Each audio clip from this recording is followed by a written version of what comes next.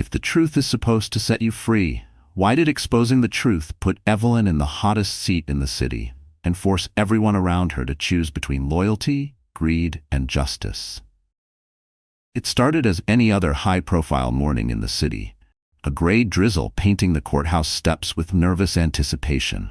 News vans crowded the sidewalk, reporters jostling for position, microphones raised like lances, ready to capture the latest scandal among the city's elite. Nobody, not even the most seasoned paparazzi, expected what was about to unfold behind those heavy wooden doors. Because today, this wasn't just another messy billionaire divorce. Today, secrets were about to explode in full, electrifying view of the world. At precisely 9:02 a.m., the first commotion rippled through the crowd as a black car glided to a halt at the curb. Out stepped Evelyn Grant, 6 months pregnant and wrapped in a pale blue trench coat, her face pale but composed. She gripped her lawyer's arm for support, her other hand protectively cradling her rounded belly. If there was fear in her eyes, it was buried beneath layers of raw determination. Every camera turned to her, the wife who was supposed to be invisible, now stepping into the eye of a media hurricane. Inside the courthouse, the mood was electric. At the far end of the hallway, another entrance swung open. Alexander Pierce, billionaire, tech visionary, philanthropist, strode in flanked by a swarm of attorneys. The crowd of legal staff and reporters parted as he passed, his $1,000 suit immaculate, his jaw clenched tight. By his side, almost clinging to his arm, was Serena Hill, the other woman, a former model with a knack for making headlines. She tossed her hair and sneered the cameras, playing the role she'd come to love, the new queen of the Pierce empire. But for all her practiced bravado, Serena couldn't hide the nerves that flashed across her eyes as she watched Evelyn approach the courtroom. She knew Evelyn was supposed to be fragile, a woman devastated by betrayal and humiliation. But as Evelyn passed, she didn't look small or defeated. There was something else in her posture, a quiet, simmering strength that unsettled even the boldest onlookers. Reporters hurled questions, their voices echoing off the marble walls. "Mrs. Grant, is it true you filed a lawsuit against your husband? Do you have evidence of their affair? Is it true you're asking for a criminal investigation?" Evelyn ignored them all. She kept her eyes forward, each step measured, determined. Her lawyer, a seasoned woman named Linda Cho, squeezed her arm in solidarity. Together, they pushed open the doors of courtroom 7B, where dozens of strangers had gathered, hoping to witness the richest, most powerful couple in the city tear each other apart. As the proceedings began, the energy in the room was thick with tension. The judge, a sharp-eyed woman with a reputation for hating publicity stunts, looked over the court with an air of exhaustion. "Let's get this over with," she said, voice crisp, as the lawyers began their opening arguments. For a moment, it seemed like a typical divorce, accusations about property, custody, reputations on the line. Alexander sat with his jaw clenched, his eyes flicking occasionally to Serena, who stared down anyone who dared look her way. Evelyn sat silently, fingers interlaced, breathing in slow, steady counts as if she were bracing for the pain of labor itself. Then, with the world watching, Evelyn's lawyer rose. "Your Honor," Linda announced, "we intend to submit evidence not just of infidelity, but of fraud and conspiracy. My client has proof that Mr. Pierce and Miss Hill colluded to siphon funds and deceive investors while she was bedridden and carrying their child." The room exploded. Even the judge blinked in surprise. Reporters' fingers flew over their phone screens, live tweeting every word, while camera crews outside scrambled to broadcast the news. Alexander's lawyers immediately objected, their voices rising in panic. Serena paled, then flushed red as whispers rippled through the gallery. Linda continued, relentless. "We have time-stamped texts, bank transfers, emails, photographic evidence of meetings and transactions.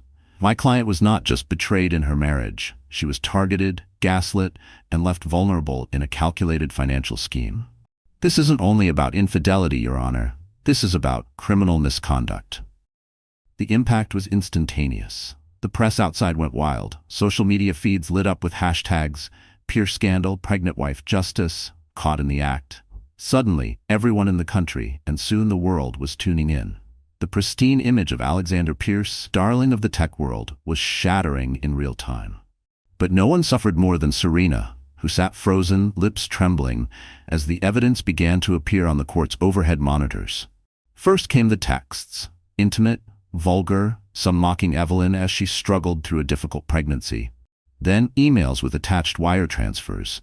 Thousands, sometimes millions, moving in and out of secret accounts. There were photos, too, of Alexander and Serena in hotel lobbies and luxury suites, time-stamped on days Evelyn had been rushed to the ER, alone. Each new piece of evidence was a hammer blow. Alexander's face drained of color.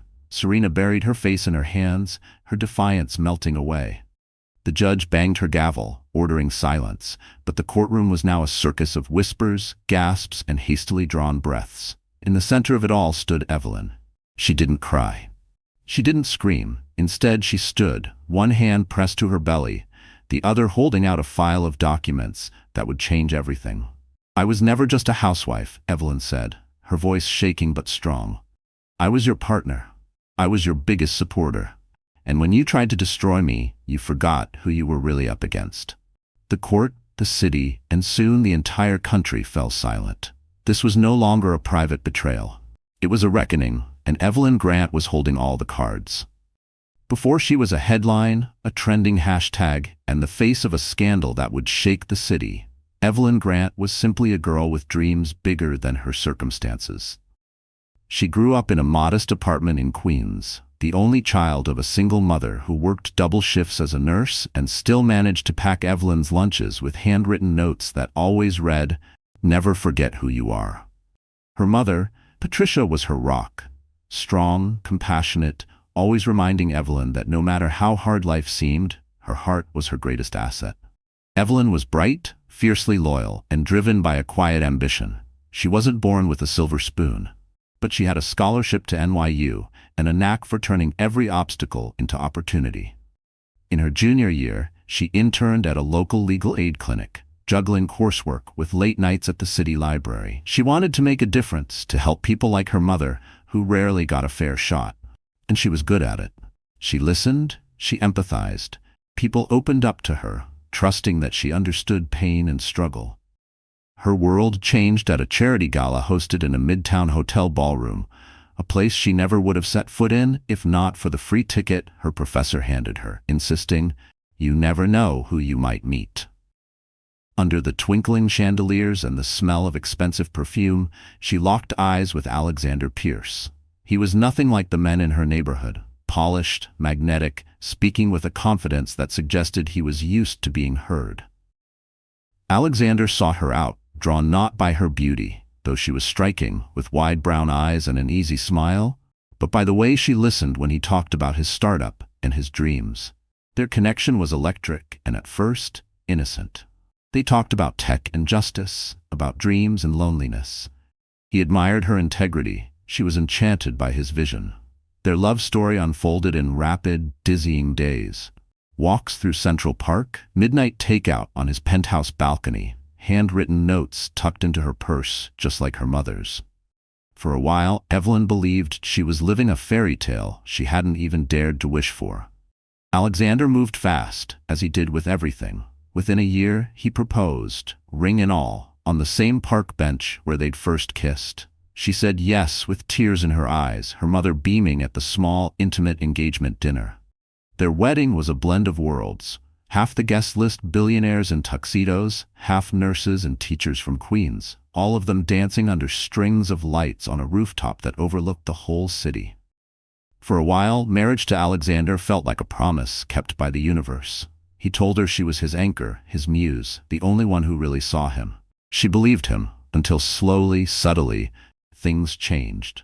The shift was gradual. At first, it was the late nights, the business trips that stretched on without warning, the phone always just out of reach when she called. She brushed off the rumors, the way the tabloids hinted at Alexander's flirtations. "He loves me," she insisted to her mother. "He's just under pressure. His whole company is depending on him." Then came the silences, the coldness, the luxury gifts that felt like apologies for some sin she couldn't name. When she learned she was pregnant, she thought everything would change for the better. She was filled with hope, picturing a future where their child could have both worlds, love and success, roots and wings. But as her belly grew, so did the distance between them. Alexander became a shadow in their home, always locked in his study or out until dawn at dinners and work events.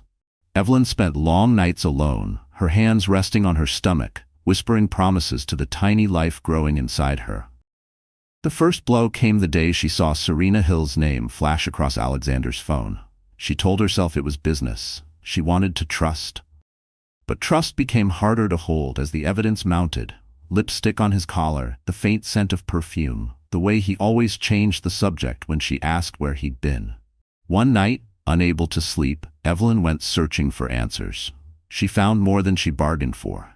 Emails, text threads, financial records hidden in folders on his laptop.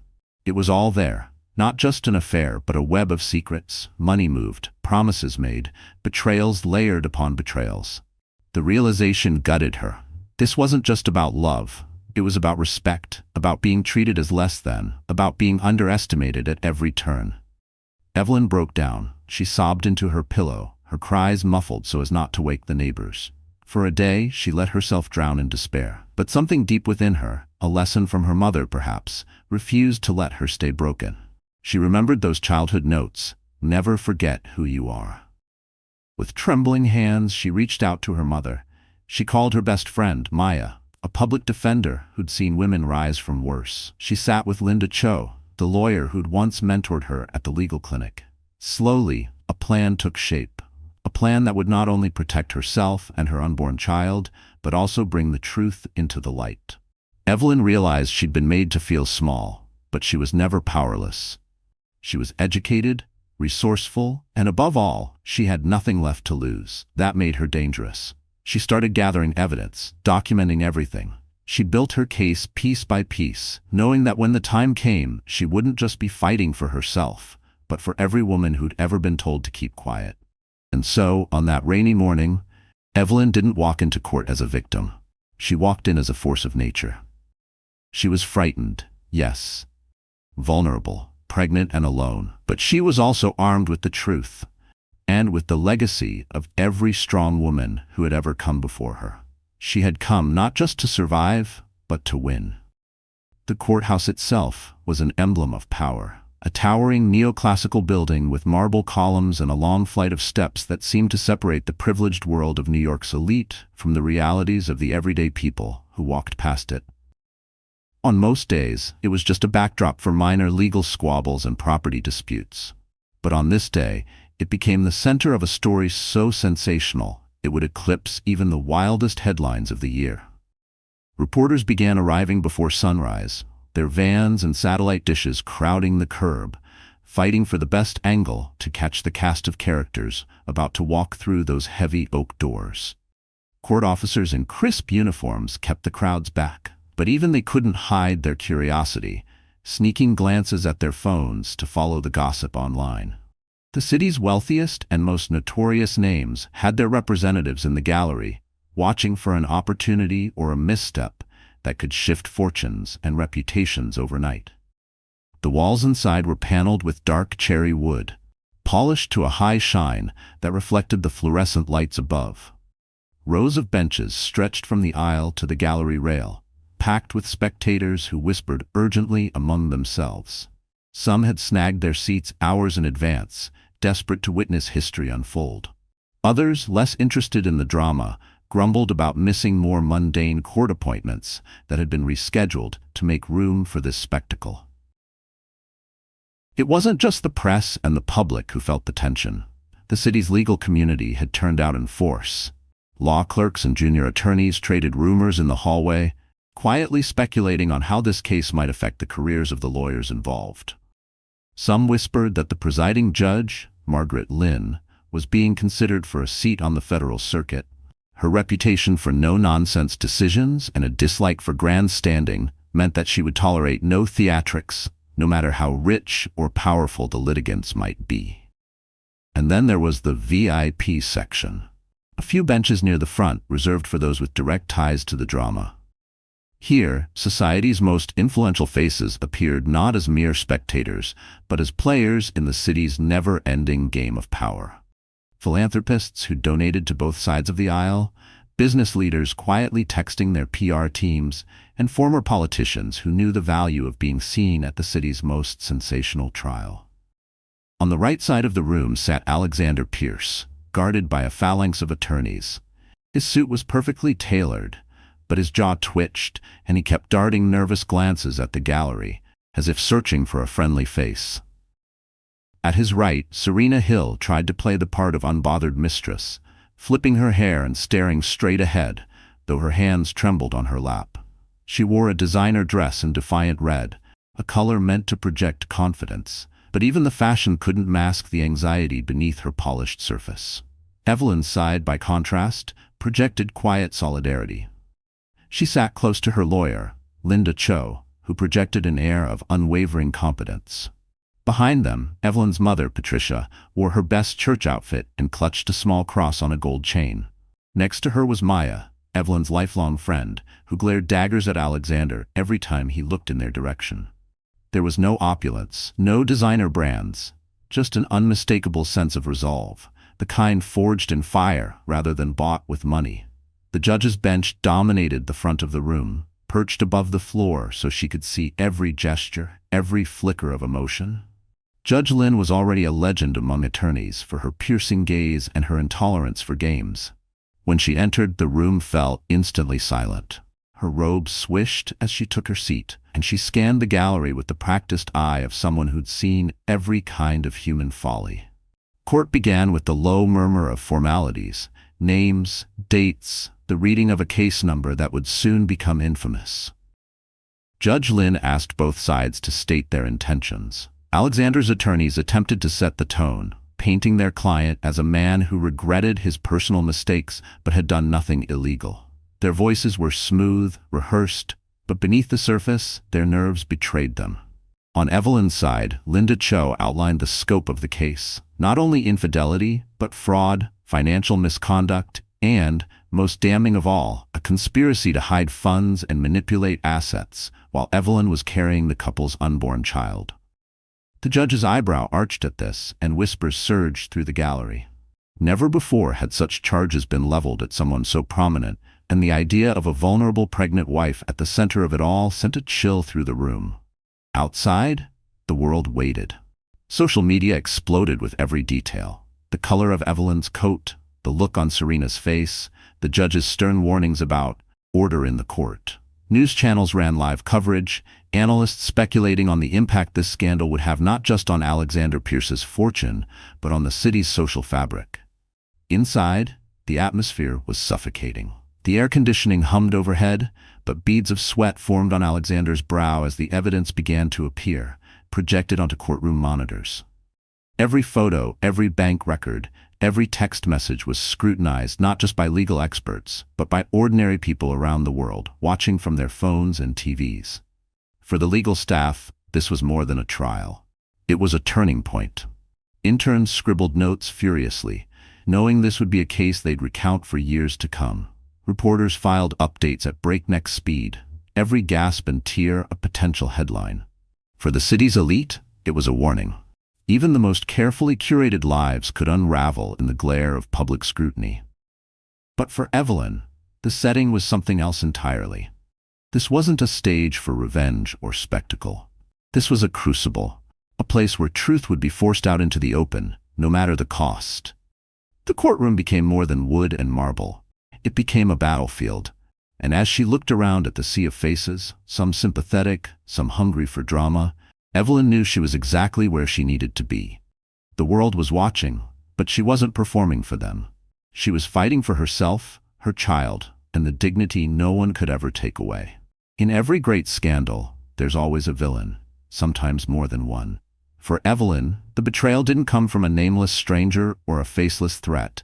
It came from the two people she had least expected, her own husband, Alexander Pierce, and Serena Hill, the woman who would stop at nothing to steal a crown she never deserved.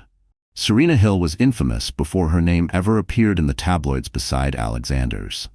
Born in Los Angeles to a minor television producer and a beauty queen, Serena had grown up in the shadows of Hollywood, but never quite managed to break through on her own merit. She was beautiful, yes, tall, with ice-blonde hair and a smile that could melt stone, but there was always something calculated in her gaze. From a young age, she'd learned how to size up a room, picking out the wealthiest, the most powerful, the easiest to manipulate. By the time she moved to New York in her late 20s, Serena had a resume full of failed reality shows, modeling gigs, and high-profile relationships that fizzled as soon as she'd wrung all the status and money she could from them. Her friends called her ambitious, her enemies called her ruthless. But Serena didn't care what anyone thought, as long as she was winning. She met Alexander at a charity art auction, the kind of event where the rich pretend to care about culture while gossiping over glasses of vintage champagne. Serena spotted him instantly, the billionaire in the room, surrounded by admirers, his laughter booming, his hand never far from his phone. She maneuvered her way to his side, striking up a conversation about the painting up for auction, and within minutes, Alexander was captivated. To him, Serena was the opposite of everything he'd grown tired of in his marriage. She was bold, outspoken, unapologetically selfish. She didn't nag him about late nights or worry about the future. She made him feel powerful, like the king he thought he deserved to be, and she made no secret of her interest in his money or his name. For Serena, Alexander was a ticket to everything she'd ever wanted: status, luxury, attention. She began to appear on his arm at events, first as a business associate, then as a close friend. The gossip pages ate it up, speculating wildly about the nature of their relationship, while Evelyn was left to watch her husband slip away, piece by piece. But Alexander's cruelty ran deeper than his affair. To the world, he was still the tech visionary, the man whose companies employed thousands and whose philanthropy won awards.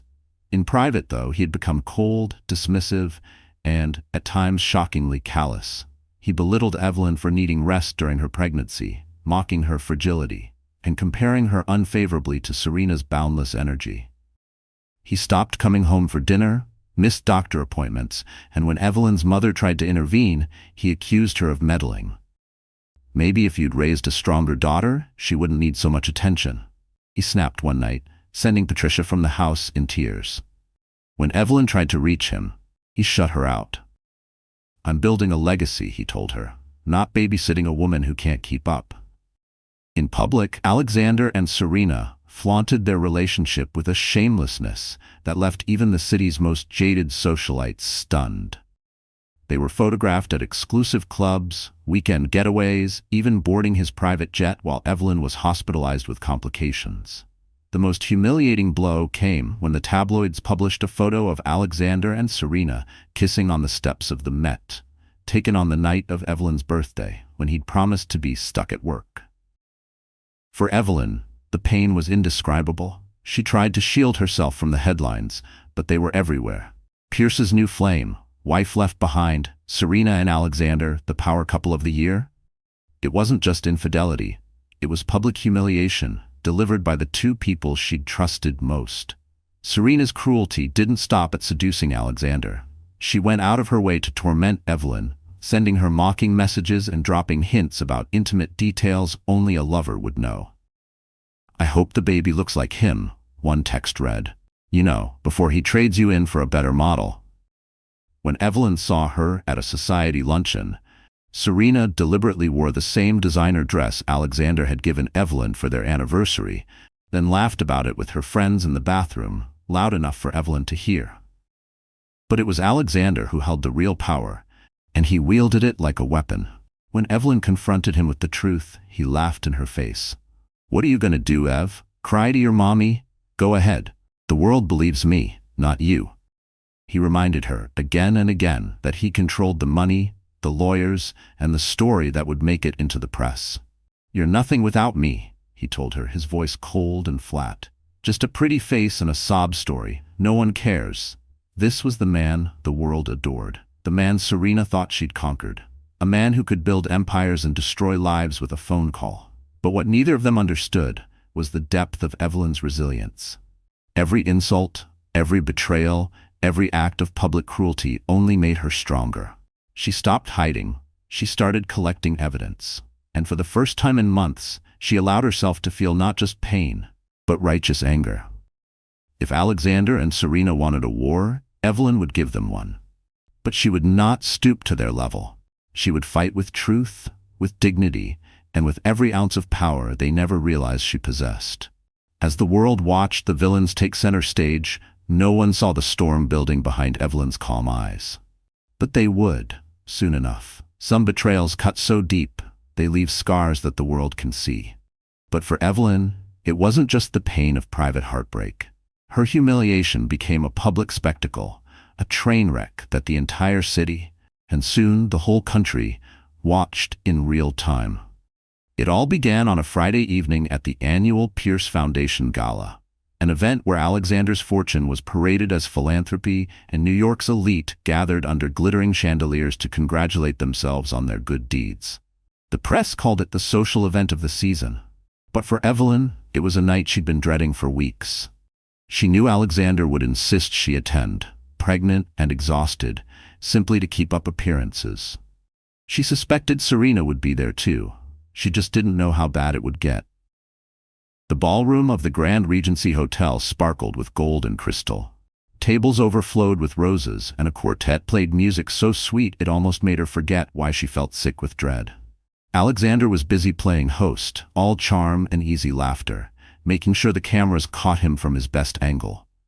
Serena, dressed in a gown that seemed made entirely of diamonds, clung to his arm, flashing a cold smile at every passing photographer.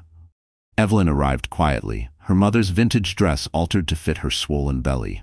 She smiled through introductions, her cheeks aching from pretending she was okay. She was determined to endure the evening, to hold her head high for the sake of her unborn child. She made polite conversation with donors and board members, always keeping a careful distance from Alexander and his mistress. But humiliation has a way of finding its target, especially when it's fueled by jealousy and cruelty. Halfway through the evening, the MC announced a special presentation to honor Alexander's commitment to family values.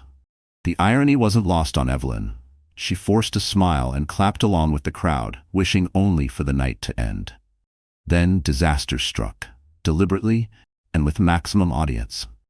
Alexander, emboldened by the applause and desperate to assert control, stepped to the microphone with Serena at his side. "I want to thank the woman who inspires me every day," he said, his voice ringing across the ballroom. "Serena, you're my light." The silence that followed was deafening. All eyes snapped to Evelyn, sitting at a table near the back, her hands frozen around a glass of sparkling water. The cameras, which had been focused on the stage, suddenly swiveled in her direction, eager to capture her reaction. Serena leaned in, kissed Alexander on the cheek, and the flashbulbs went off in a blinding storm. Someone nearby stifled a gasp. Evelyn felt the world shrink to a single, burning point of shame. She willed herself not to cry, not to make a scene, but the hurt was unbearable. She tried to rise from her chair, but her knees buckled. Her friend Maya caught her just in time, helping her steady herself as a sea of whispers erupted behind cupped hands and curious eyes.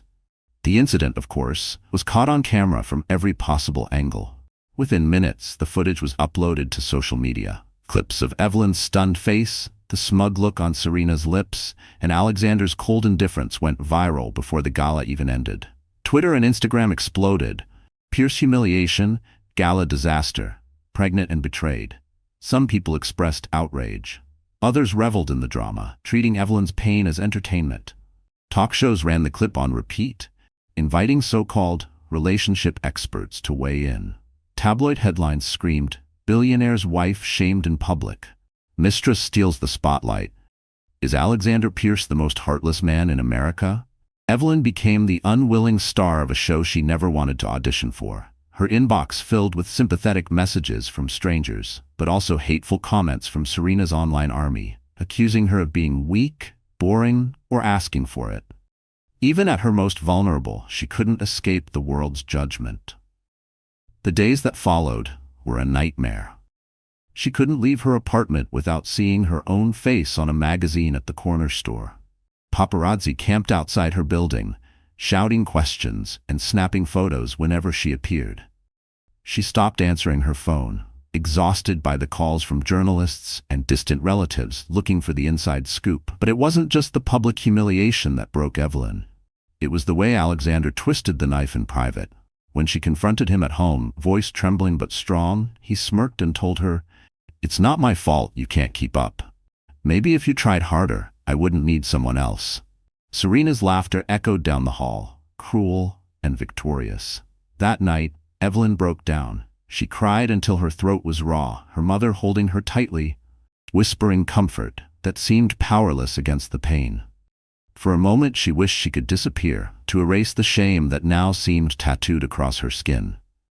But deep down, beneath the humiliation and heartbreak, something inside her shifted. The next morning, Evelyn did something she hadn't done in months. She looked at herself in the mirror and refused to look away. The woman she saw wasn't just a victim. She was a survivor. For the sake of her child, for the sake of her own soul, she would not let Alexander and Serena write the ending to her story. The world could watch all it wanted. She would show them what real strength looked like. That was the day Evelyn decided she would fight back. Not with gossip or cruelty, but with the truth. And as her humiliation went viral, it became the spark that lit the fire of her comeback. A comeback no one would see coming, least of all the people who thought they'd destroyed her. In the days that followed the gala, Evelyn Grant's life seemed to unravel one frayed thread at a time. The walls of her apartment, once filled with laughter, plans for the nursery, and the soft hum of hope, now felt like a prison. The curtains stayed drawn, keeping out the prying eyes of paparazzi who camped on the street below, their lenses hungry for any sign of a breakdown. It was as if the world was waiting for her to fall apart, and for a while, she did. Evelyn could barely sleep. When she closed her eyes, she saw Serena's victorious smirk, Alexander's icy stare, and 1,000 flashing cameras. Her phone vibrated endlessly on the nightstand, calls from her best friend Maya, messages from her mother, and relentless pings from unknown numbers, journalists, trolls, distant acquaintances wanting a piece of her tragedy. Each time she heard her own name on the TV or radio, her stomach twisted with nausea. She started to dread her own reflection, as if shame and humiliation had changed her face. She wandered from room to room in silence, unable to settle, unable to rest. Her baby's tiny kicks were her only comfort, a reminder that there was still something good, something innocent and precious, growing inside her. She'd always promised herself she would never let anyone break her. But right now, she felt completely shattered.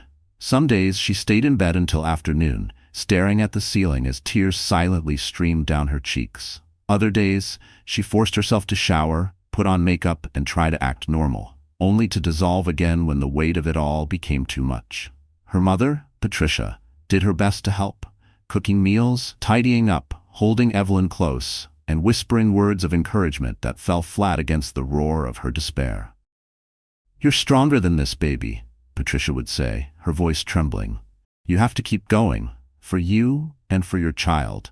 But it was hard for Evelyn to believe. It was as if her world had shrunk to a single, suffocating room, full of echoes and regrets. She replayed every moment of the last year, searching for where things went wrong, blaming herself for not seeing the signs sooner, for trusting Alexander, for letting her guard down around Serena. Was she really so naive, so blind to the truth? Maybe she deserved this, she sometimes thought, for thinking she could have it all: love, family, and happiness. The pain wasn't just emotional. It became physical, too.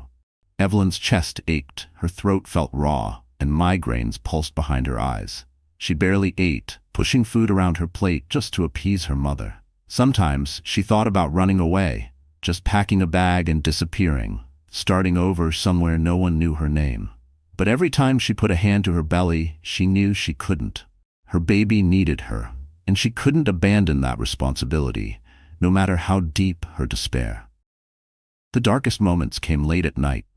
She'd sit in the nursery, the one she'd painted herself, with stars on the ceiling and soft blue walls, holding a tiny onesie against her heart. She'd whisper promises to her unborn child, her voice breaking. "I'm so sorry, sweet pea. I'm trying. I'm so sorry." Sometimes she'd cry until dawn, until she was too exhausted to cry anymore. Maya, her best friend, refused to let her disappear completely. She came over nearly every day, bringing groceries, magazines, and most importantly, her stubborn, unyielding loyalty. "You don't have to talk," Maya would say, settling beside her on the couch. "You just have to let me be here." She'd sit with Evelyn for hours, watching old movies, gently coaxing her to eat a few bites, reminding her of the life waiting beyond the headlines. Still, the loneliness felt overwhelming. There were days when Evelyn wondered if she'd ever feel normal again, if the world would ever move on from her pain. The news cycle was relentless. Every time Alexander and Serena were spotted in public, at another gala on another yacht, living the high life, the tabloids gleefully compared their happiness to Evelyn's heartbreak. It was as if she'd become a symbol, not a person. A pregnant, betrayed wife, nothing more. One afternoon, as rain battered the windows, Patricia found Evelyn curled up in the nursery, clutching a stuffed rabbit. Her face was streaked with tears, her body shaking with quiet sobs. Patricia knelt beside her, gathering her daughter into her arms. "You can't let them win, Evelyn," she whispered fiercely. "I know you're hurting, but you are not what they say you are. You're my daughter. You're the strongest woman I know." Evelyn shook her head, too broken to believe it. "I don't feel strong. I feel like I'm drowning." "You're allowed to feel that way," Patricia said, stroking her hair. "But don't let it become the end of your story. Pain changes us, but it doesn't get to define us. You decide what happens next." That night, Evelyn stood at her bedroom window, watching the city lights blur in the rain. She pressed her palm to the glass and breathed deeply, letting the storm outside mirror the chaos inside her heart. She didn't have all the answers. She wasn't sure how she would survive the coming days. But something in her mother's words began to take root. Maybe, just maybe, she could find a way forward. For the first time in weeks, Evelyn allowed herself to imagine a future not just shaped by heartbreak, but by resilience. She wouldn't erase the pain. She couldn't. But perhaps, in the ruins of her old life, she could start to build something new. Not for Alexander, not for the tabloids, not for the world, but for herself, and for the child who would soon need her more than anyone ever had. The world still waited outside, hungry for another headline. But for one quiet moment, Evelyn let herself hope. Despair can be a dark, heavy blanket. But sometimes, in the depths of heartbreak, something unexpected sparks. A hidden ember, waiting to ignite. For Evelyn Grant, that ember was a secret she'd almost forgotten how to wield. All her life she'd been taught to keep it buried, to stay humble, to let the world underestimate her. But as she stared out into the storm that night, her mother's words echoing in her mind, Evelyn realized she wasn't the powerless victim Alexander and Serena believed her to be. She was holding an ace, one that would turn their entire world upside down. It started with a letter. Late one afternoon, as Maya was cleaning up the kitchen and Patricia napped in the other room, a courier arrived at the door. He handed Evelyn a thick envelope, embossed with a gold seal. Her hands shook as she opened it, not recognizing the sender until she read the letterhead. Kensington and Pierce, Family Offices, London. Her grandmother's attorneys. Evelyn hadn't spoken to her father's side of the family in years. Her father had passed away when she was a teenager, and their fortune had been quietly protected by ironclad trusts, far away from New York society gossip. She'd spent most of her life pretending to be ordinary, preferring the honesty of her mother's world to the cold power games of the wealthy. But now, her grandmother's letter reminded her of what was truly hers, an inheritance so vast it made Alexander's empire look like pocket change. She sat at the kitchen table, reading the letter again and again. The trust had matured, the lawyers wrote, and was now fully in her control. All she had to do was sign the enclosed documents, and she would instantly become one of the wealthiest women in America. No conditions, no loopholes, nothing Alexander could touch. There were also detailed notes about properties, investments, and charitable foundations she now controlled across the world. For a long time, Evelyn stared at the papers in disbelief. She'd always been grateful for the safety net, but she'd never intended to use it. She'd wanted her marriage to be real, her love to be enough. But now, in the ruins of her old life, the power in her hands felt like a lifeline. With trembling fingers, she signed her name, sealing her transformation in ink. Maya came in to check on her, catching the look on Evelyn's face. "What is it?" she asked, worry creasing her brow. Evelyn smiled for the first time in weeks. "I'm not as helpless as everyone thinks," she whispered, the old fire returning to her eyes. "It's time they learned who I really am." In the days that followed, Evelyn worked quietly but relentlessly. She met with financial advisors and attorneys, moving her assets where Alexander could never find them. She called her grandmother's trusted aide, who flew in from London to help coordinate the transition. For the first time in months, Evelyn was no longer just surviving. She was strategizing. She created a new will, established trusts for her child, and made careful plans for every possible outcome. She even retained her own PR team, professionals who specialized in cleaning up reputations and taking down bullies in the court of public opinion. She also began to collect the final pieces of evidence she needed for her legal battle. Every cruel message from Serena, every financial record Alexander had hidden, every private insult he'd ever sent by text or email. With the resources at her disposal, Evelyn didn't have to beg for help. She hired the best investigators, the top cyber forensics experts, and even a crisis management team. The more she uncovered, the stronger her case grew. Alexander had underestimated her intelligence. He'd never imagined the simple wife he belittled could play the game better than he ever had. The news of Evelyn's transformation spread through her inner circle first. Maya was sworn to secrecy, but her pride in Evelyn's newfound strength was impossible to hide. Patricia, too, finally understood the scope of her daughter's resolve. "Your father would be so proud," she whispered, tears in her eyes. "Don't let them take anything else from you, sweetheart. This is your time." Evelyn took those words to heart. She bought a new wardrobe, sleek, elegant, powerful. She started physical therapy, determined to keep herself and her baby strong.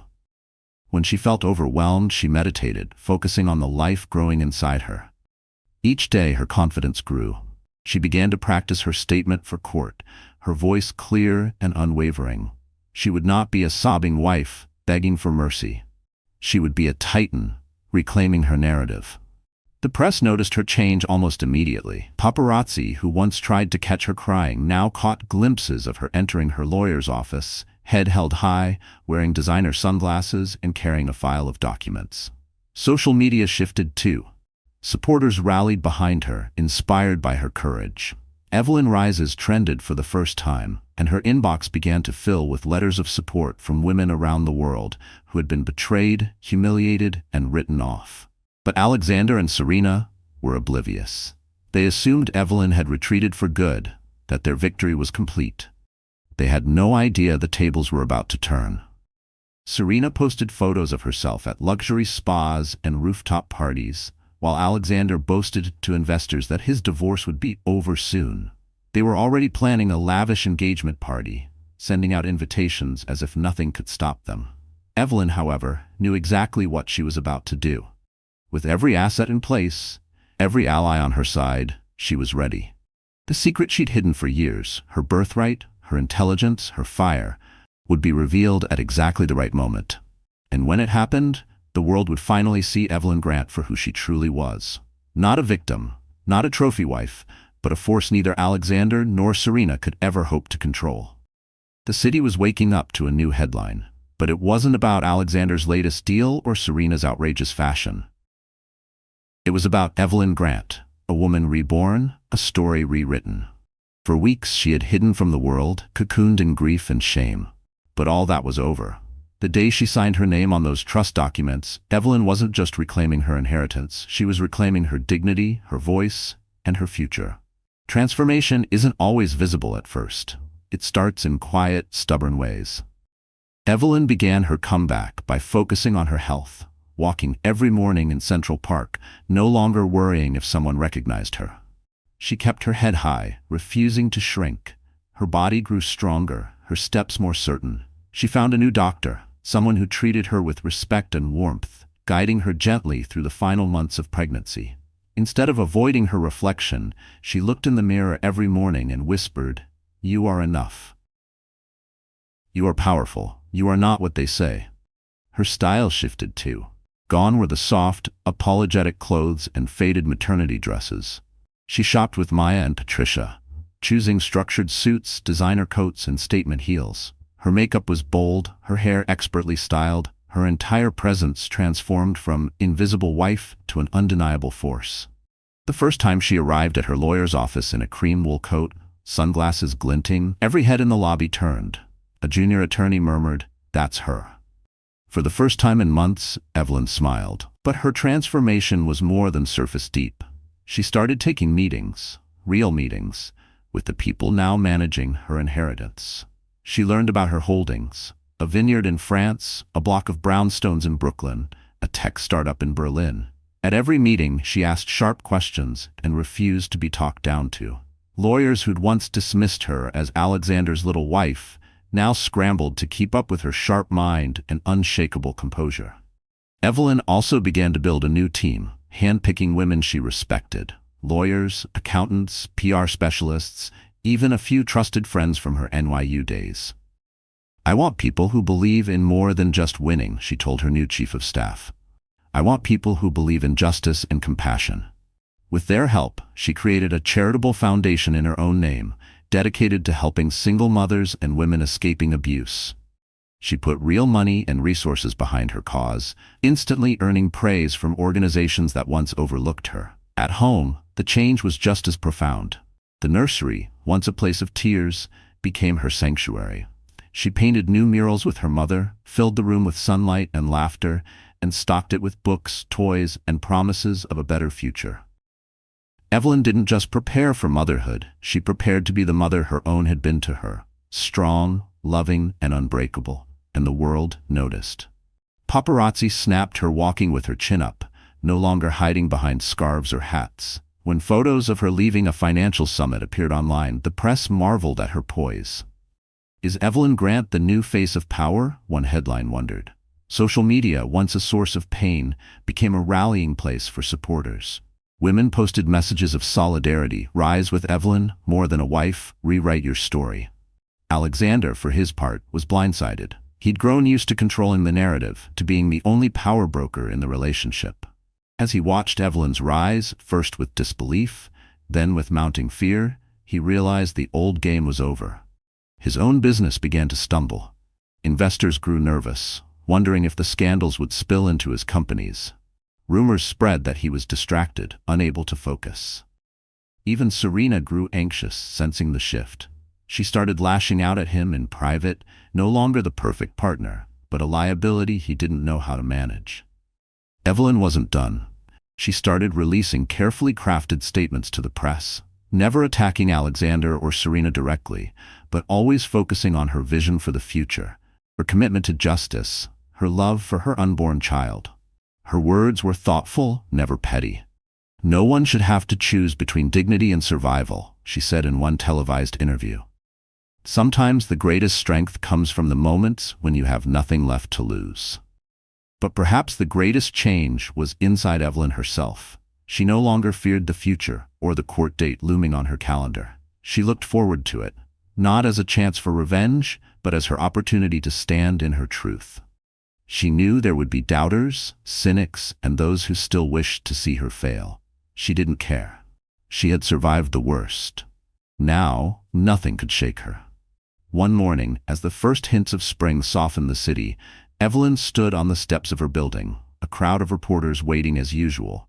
She paused, smiled, and answered their questions with grace. "I know there are people who see my story as a scandal," she said, "but I hope one day they see it as proof that women can rise from anything." Inside, Patricia hugged her.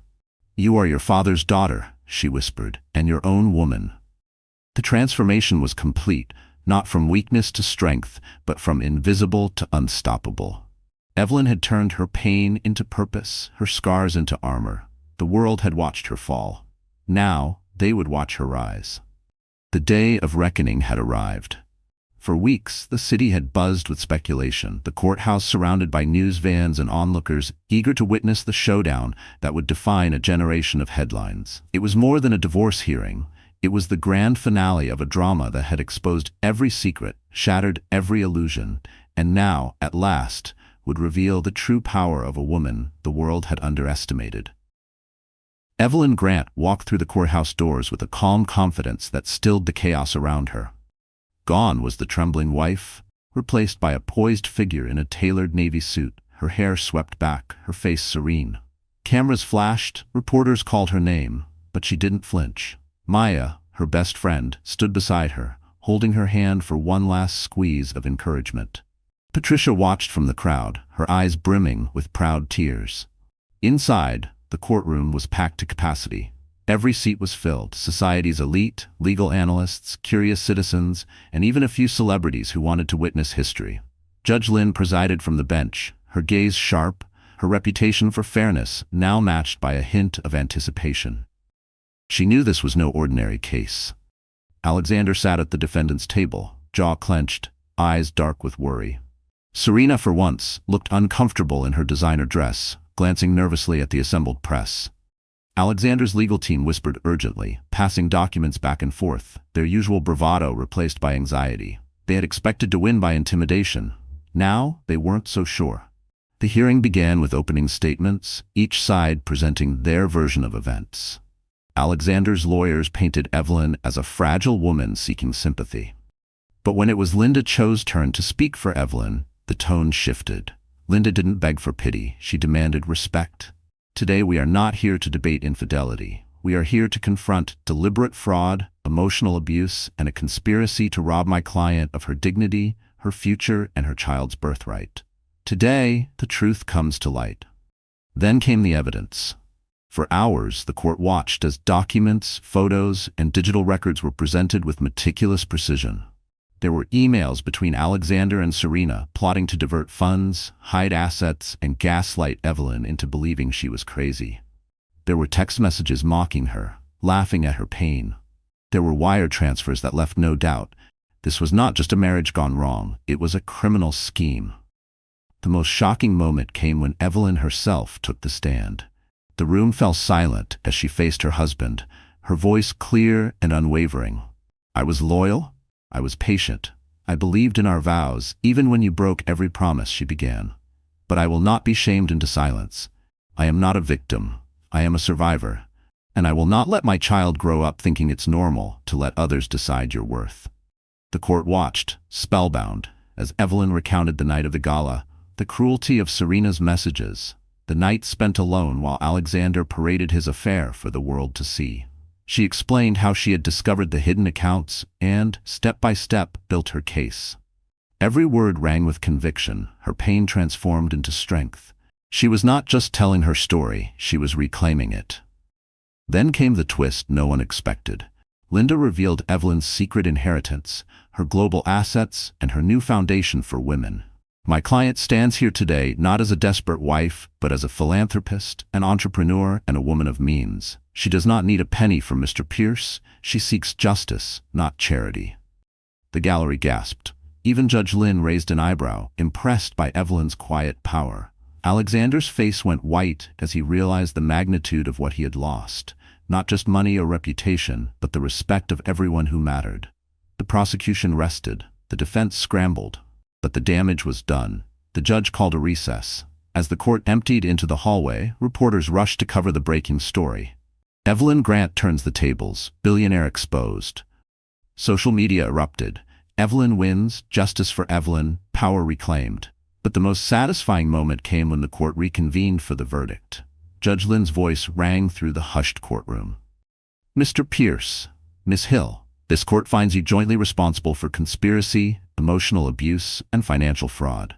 Your actions were cruel, calculated, and unconscionable. I hereby award full custody of the child to Mrs. Grant, grant her the right to any restitution she seeks, and refer this matter for further criminal investigation. Evelyn didn't cry. She stood tall, her mother's cross in her hand, as the weight of months of suffering was finally lifted. The crowd erupted in applause, a rare show of emotion in the usually somber court. Even Judge Lynn allowed herself a small smile. Alexander slumped in his seat, defeated. Serena tried to slink away, but reporters blocked her path, shouting questions she couldn't answer. For the first time, they looked powerless, small, exposed, undone by the woman they'd thought they could destroy. As Evelyn walked out into the sunlight, Maya hugged her fiercely. Patricia whispered, "You did it, baby. You did it for all of us." Evelyn smiled, a real joyful smile, for the first time in a long while. Her revenge was not petty or cruel. It was public, powerful, and utterly complete. She had exposed the truth, protected her child, and rewritten her story on her own terms. The world would never forget the day Evelyn Grant stood in court, not as a victim, but as a victor. The city that once gossiped about her pain was now alive with the sound of her victory. The morning after the verdict, headlines everywhere told Evelyn Grant's story, not as a tragedy, but as a rallying cry.